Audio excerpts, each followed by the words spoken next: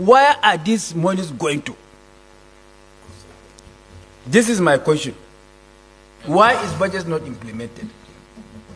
Because it is a breach of the law and it's an impeachable offense. Mr. Moguno, I represent Borno North Senatorial District. Mr. Honorable Minister, I've listened carefully to your brief and the very beautiful figures that you have reeled out to implement the budget. Where are these revenue going to? If the budget, for example, 2025 budget has not been implemented, and we have to roll over 70% of 2025 to 2026, and that with the promise that 30% will be implemented before March. Up to March, even 30% was not implemented. National Assembly has to extend the lifespan of the budget up to September to allow government to implement just 30% component of 2025 budget. The issue of 2026 have not arisen completely, has not arisen. Has not even started up initial. It has not even arisen. So, don't you think is it not contradictory? Or why are these revenues going to the extent that the budget is not being implemented? It is through the implementation of the budget that dividends of democracy is being brought to the doorsteps of the people. If the budget is not being implemented, why is the function of government? For example, security of lives and property of the people is the primacy of governance.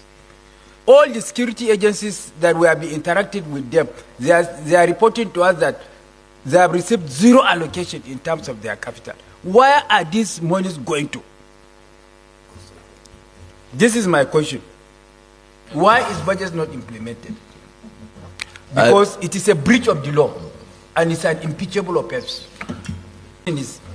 Then about 3.7 trillion naira was received last month, and only 2 trillion naira was disbursed to the three tiers of government. About 1.7 trillion was retained. Why? Why is it that 1.7 trillion was retained? Why not disburse all the 3.7 trillion to the three tiers of government? This is my question. Thank you. Particularly foreign loans. And I'll take that, with your permission, together with the last question from distinguished senator, also on debt. I think there is the need for some clarification in terms of how debt numbers are reported. So first, for external loans, we always need the approval of the National Assembly. So what tends to happen is, when we get the approval of the National Assembly, the media would rightly report it. And many people take that as money borrowed. When we now borrow the money, they report it again. So, in fact, I think it was last year when the National Assembly approved about $20 billion, which was based on MTEF. So people add up big numbers as the money we have borrowed. And that is misleading in terms of the analysis. We're currently finalizing this breakdown in the Ministry of Finance. We'll make it available to the public. It will show how much the National Assembly approved and how much of that we have borrowed and how it has been spent. In addition to that...